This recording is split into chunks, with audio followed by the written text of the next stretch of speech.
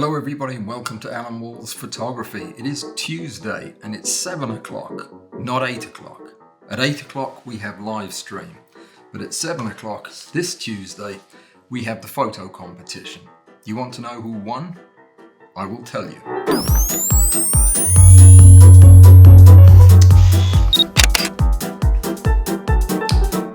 I'll tell you who won in just a minute, but first let me tell you how I've changed the rules.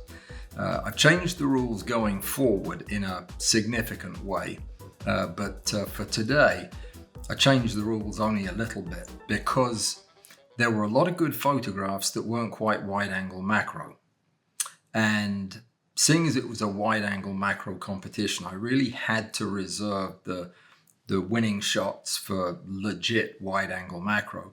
But there were so many interesting variations. I wanted to show you the photographs that that were interesting and made it to the honorable mention category, but didn't quite get into the places because they weren't wide angle. You get what I'm saying? Well, I'll just show you the pictures and you will.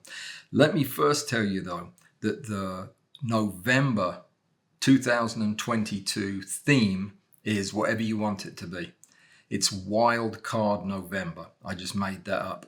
You can do anything you want so long as it's macro, and by macro let's say 1 to 2 or higher magnification, so half size all the way up to as much magnification as you want to use.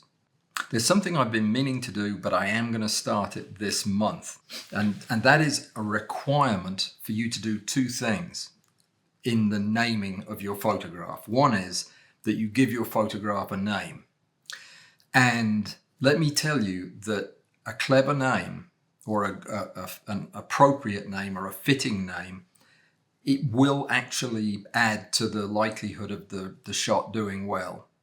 I like it when you've thought of a name because it gives me a handle to hold on to it by. The other thing is I need you to put your name in the title. So over on Discord, in the announcements page, I put an announcement today and I gave an example. I showed a picture of a bee, a blue bee, and then I gave it a title, Walls-Blue Bee. And that was it. That's what you need to do. From now on, you won't get your picture counted if it doesn't have a title in that format. The reason I want your name on it is so that I don't have to write it in and figure out whose is who and everything when I'm doing the judging. It'll just be quicker. The title is, of course, so that I know what I'm looking at for one thing and know whose it is and know that you thought about it. The other thing is that for the month of November, for the wildcard topic, you can only submit 2 pictures. The temptation to submit all of your portfolio would be too high. So no, just 2 pictures. If you send in 3, none of them will count. Okay, so if you send in 1 or 2, that'll be good. And you should make them really the best pictures you've got, because I have a feeling the competition is going to be furious for those places. All right, so these are in no particular order. These are the honorable mentions that I want to run through before we get to the 6 that won places. In the honorable mentions category then, the first picture is from Amy5 Aquatics, who I'm going to now call Amy5 from now on so that I can remember. It's a petunia with something in the background. Now, this is a wide angle macro shot, or close to it, though the petunia is, yeah, it looks like it's a low magnification wide angle macro. The problem with this, and it is something of a problem, is the petunia itself is not quite in focus enough depth of it, and I don't know what I'm looking at in the background, and that's a recurring theme. In wide-angle macro, your goal needs to have the most interesting part of your foreground in sharp focus, a very clear foreground, but also a pretty clear background. You need to be able to understand what you're looking at. When I first saw this, I didn't know if I was looking at a tent or what it was that was yellow in the background. I'm still not sure what it is, but the idea is your subject and the context that they're in. So this was a good picture. It just didn't quite cut it for that reason. The second one was also AMI 5s, and this was a mushroom on a stump with a woodsy background. Now, there's another thing that I look for in wide-angle macro, and that is for the relationship between the foreground and the background to tell a story, to be cohesive, to be a unit that goes together, if that makes sense. The fact that you've got a mushroom on a stump or on a tree trunk, I'm not sure, in a field, is fine, but it leaves me wanting more about where I am or what the environment is that this thing's growing in. I'm bothered by the fact that there's another mushroom and what looks like an even more interesting mushroom in its shadow up above, which kind of distracts me a little bit. And the last thing is the amount of tree stump that's in the picture. And this is a recurring theme as well. It's kind of blocking off the background. It's wide angle macro, yes, but it's making it hard for me to get the whole picture. The foreground, the part of the mushroom that's in focus, is not the most interesting part to me. But that doesn't mean it wouldn't be to Amy. I mean, I'm just saying that that's what jumps out to me. I would have possibly taken this at a more an angle from the left and brought my focus up to the little mushroomy thing up above, or found something a little more interesting to focus the eye on. Okay, let's keep moving. Both nice shots, Amy. You definitely have the concept down. The next one is by Bruce. Did this daisy-like thing, which is definitely shot as a macro with, I presume, a slightly wide-angle lens. The problem here is that the background is too close to really be background. It's ground, just ground. Everything terrestrial has the context of being on the ground, so it's like it's not giving me any more information, and that's what I'm looking for in a wide angle macro shot: a macro subject up front and then a story to go with it in the background. This story is just that it's on the ground with other daisies, which or whatever that is, aster, rose. Don't know anything about plants, but I could have guessed that there would be other ones around, and I'd have been right. So Laowa or Koba is next with, this is a really interesting photograph from Laowa. I like it, but it doesn't really qualify as a wide angle macro shot. There's no real contextual wide angle macro part to it. It's all a foreground macro shot, which is very nice, but doesn't quite do it.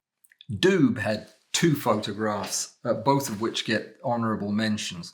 The first one is definitely what I would call a wide angle macro, and it gets points for being in an unusual orientation. I don't normally think of these as being vertical shots. It loses points because there's a great deal of motion artifact in the flower and the stem of the flower and the edge of the mushroom, and there's also a number of other aberrations in the foreground part, which is not that uncommon when you're using optics like this. But yeah, it was a good idea, a good composition, though I would have picked probably the flower or the mushroom rather than divide the interest with both. But I think the technical issues with the foreground knocked it out of contention. His other photograph was much more interesting. The foreground element is unquestionably fascinating and beautifully shot. I like the light and the shadow, and the way he's made a white mushroom look much more interesting. But for the life of me, I can't tell if this was accidentally tipped up on its edge, the photograph, if I'm supposed to turn it around one way or the other. And I've tried turning it around every way, and I can't make it make any sense at all. So I assume that it's actually meant to be this way, and these mushrooms are growing out of a wall possibly. But then I don't know what I'm looking at in the background. A tree or a cloud or a pond. I'm just not sure. And you know, the whole idea of wide angle macro is that you want to make sure that the audience is sure what they're looking at, what the context is. So it is, you really nailed the colors and the mood. And I think this was very close to being a very good photograph, except I just don't know what it is, which, there you go. Gilles had an honorable mention for his maple leaf hair. Now, this is well done. I'm not quite sure that I get the full macro effect of the maple leaf. It's close. The detail is fantastic, and it has been shot to really bring that out. The background is a little ho-hum, and it doesn't look quite upright, though I wouldn't want to argue that point. It's not enough to draw my interest away from the leaf. The leaf is lovely and well photographed. The background just leaves something, and there's a smoky haze on the left, which I'm guessing is either smoke or haze. That's why I called it a smoky haze. But yeah, I'm not sure if that's part of the photograph or a problem with the lens from the sun that's coming from the left-hand side. So close, but no cigar. James S. got a lot closer to placing with this. The only problem with this hair streak on these purple flowers is that there is too much foreground. It is too dominant. It is too bright and arresting. And there's very little in the background that isn't also foreground. You want to get separation. You want the background to tell the story, but not the story, yeah, it's the same over here, which is what this does in a nice way. I mean, it's a beautiful photograph, but for it to really be a wide angle macro shot, I would want that camera to be right up on the hair streak butterfly. I'd want to see something in the background that said meadow rather than same flower bed. Okay, but nice work, James. That's 2 months in a row you've turned in some really good stuff. All right, Linda Rogers, a former winner, turned in a very beautiful picture of a leafcutter ant. She gave the game away a little bit by telling me that she shot it with a 150mm lens, which is what it looks like.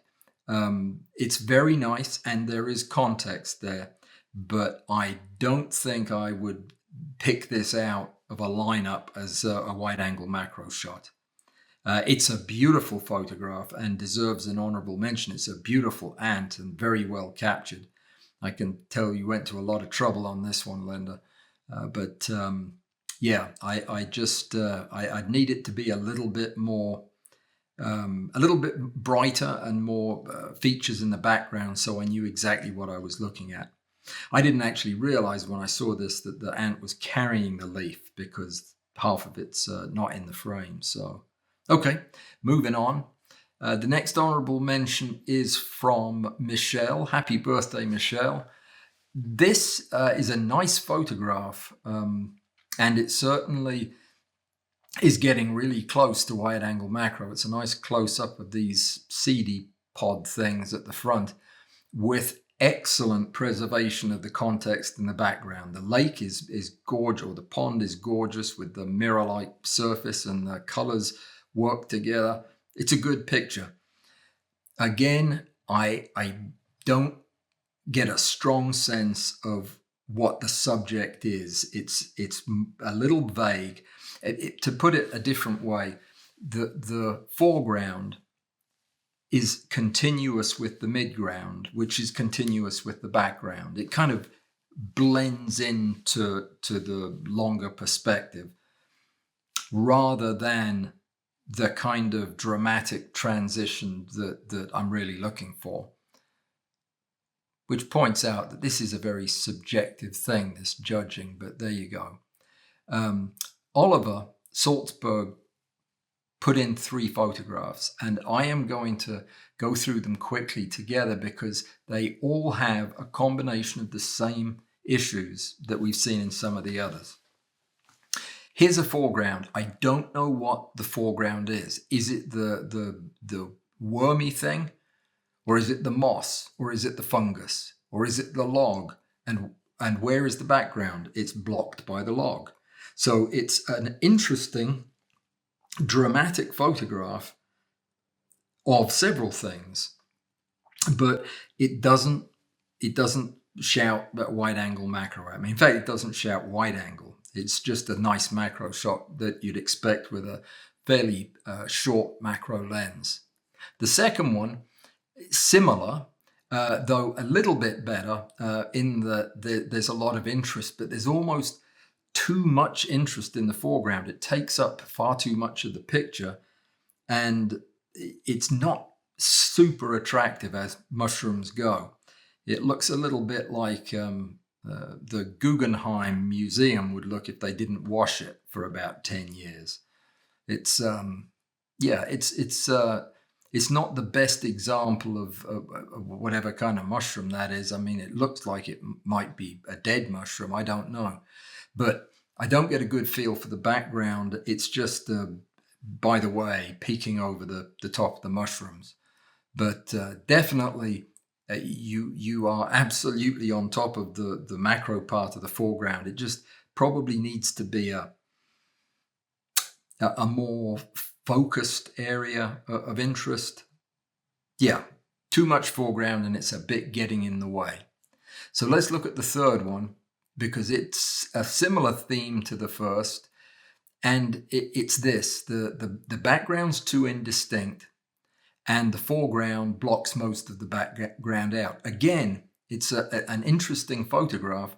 I'm not sure quite what it is, a lichen probably, or some combination of fungus and something else, but that I like the colors. I like the way you've handled the focus. I don't get a strong feel for wide angle like you're going to in the next few images. Yeah, and again, the background doesn't tell me anything. I can't see enough of it to know where we are or why we're there or why it was chosen for this photograph. All right. Steve, who submitted one of the best photographs last month, the mushroom that is now on my wall over there, and I'll be showing that off in live stream, turned in a plastic man with a parrot on his head, and I gave him points for trying. Yeah. And that's all, Steve. That's all you get the honorable mention for. Is do you know that this man's head is missing and the parrot is there instead? I think you mentioned that somewhere in the notes. Yeah, it does give some kind of context in the background, but the foreground kind of takes up the whole photograph. So not exactly what I was looking for. Let's go over to those guys that placed. Okay, well, there are 5 second places and a winner. The first second place goes to C. Ober, the second photograph that he sent in. This nice shot of some kind of a daisy thing or other. This is a wide angle macro shot. It has a foreground feature that is a macro feature that is sharp and in focus. It has a context to it that is moderately interesting, but it tells you where the thing is growing. So it's a solid wide angle macro shot with a fair bit of appeal. I would still like to see a little bit more up close on the subject, but this is definitely going in the right direction. The next one was from Flintfish, and this could have won but for a couple of things. Number one, the hair streak is beautiful and it's well shot and it's sharp. And you could have got a bit closer, I think, but whatever it is in the background, another hair streak or some kind of an insect on the same plant, is very distracting. And the overall brightness of the image it's dark, and you may have done that on purpose. I'm not saying it's underexposed. It just has a dark feel for a picture that you would normally think would be a bit brighter and more cheerful.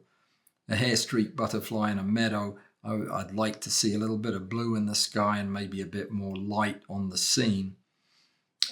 It's a good photograph, and it certainly deserves to be in the group at number 2 for sure, as does Gilles' second entry. And this mushroom, it has the same problem as the last one, only it's not as big a problem here. It's a great photograph, and unlike the former one where I wanted to see light, here I'm seeing what I would expect to see in a dark, damp, wet, late in the day forest with lots of shadow. The definition of this as wide angle macro might be slightly pushing it, but it has everything else. It has interest and color and tone, and it's a nice photograph. It just misses the sparkle that you're going to see from the two winners. All in all, though, a very successful picture. I do like it. It's more my taste actually than the ones that win. But there's a fair amount of noise in the picture, especially around the mushroom cap in particular, and it kind of detracts a little bit from it. But all in all, a very successful shot, well deserving of second place. Let me see. I think we have 2 more. Yes, we do. Number 2, Birthday Girl. Michelle, very nice, clever composition, beautiful shot of the acorns, a nice, expansive, well-lit background telling us exactly where we are, and a nice transition from that diagonal that helps lead the eye away into the background. This is a wide angle macro shot. In my opinion, you get a little bit of the distortion, which is so typical with a wide angle lens, but at the same time, the distortion that you pay for at the bottom gives you all of that expanse at the top. I like this picture. It's nice. Yeah, I wonder if maybe tweaking the vibrance ever so slightly might have made it a bit more eye-catching. I doubt it. It's a good photograph, Michelle. Well done.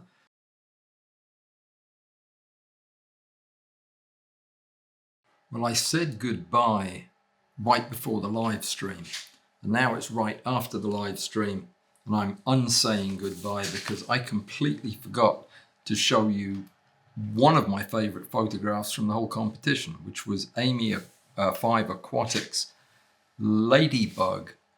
And this was also one of the second place entries, and it's an absolutely beautiful photograph. It has a couple of problems, but it makes up for them. I mean, there's the ladybug's a little bit out of focus, which is a bit problematic, but the seed things right in front of the bug look fantastic. I mean, absolutely. Without the ladybug, these would have been awesome. Yeah, it's just got a little bit of a reflection on it, a little bit of a shine on the top, and very slightly out of focus, but it's still a nice overall effect. I love the leading lines, and the background is a bit indistinct, but it does give the feeling of a drop-off, a fall. Either way, the photograph has a very effective macro foreground, a less effective but still effective background, nice picture, nice overall. I love the colors, very nicely balanced. It's a nice picture. I like it.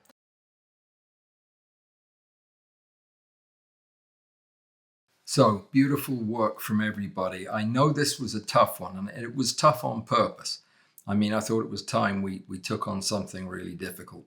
And I'm really excited to show you the winner for several reasons. One is just a lovely photograph, and it's very well done. But second, I have no idea who this is. I have a feeling I probably do know who it is, but not by their code name. The photograph has a familiarity to it. So yeah, I look forward to finding out who it is. They go by CSAC-N. I don't know how it's meant to be pronounced. I don't speak in code. This is Amanita muscaria, a death cap mushroom with a beautiful fresh cap in the mid foreground. It's sharp, it's colorful, it's textured, and it's coming out of the ground in a very dramatic and dynamic way. The stem on the other mushroom, on the older mushroom, is also beautifully shot in sharp focus. The leading edge is a bit out of focus, but that's probably a good idea because the color's not as good. And then you have a distinct background that is colorful. It's blurry and soft, but nicely out of focus. It's a nice bokeh, and it shows that blue and even a hint of the sun on the left there, but it's not overpowering. It's just about perfect. The horizon's up there at the top third of the field, so you've got lots of separation of foreground and background. He's just close enough in with his camera to really fill the important part of the frame with detail.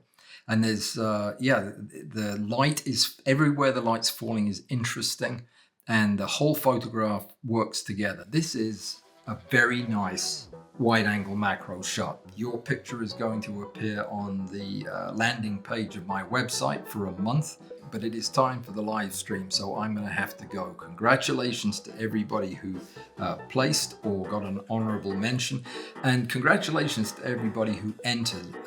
While I couldn't show all of the photographs, there were a lot of nice photographs, and obviously everybody gave it a good solid try. Next month, November, wild card, anything you want that's a macro shot. And don't forget the rule, name it with your name and a name for the photograph, and you're only allowed 2 entries in November. Live stream 8 o'clock every Tuesday night. Congratulations, CSAC-N. And I'll see you guys in a few days with something else good. Until then, take care. Come to the live stream.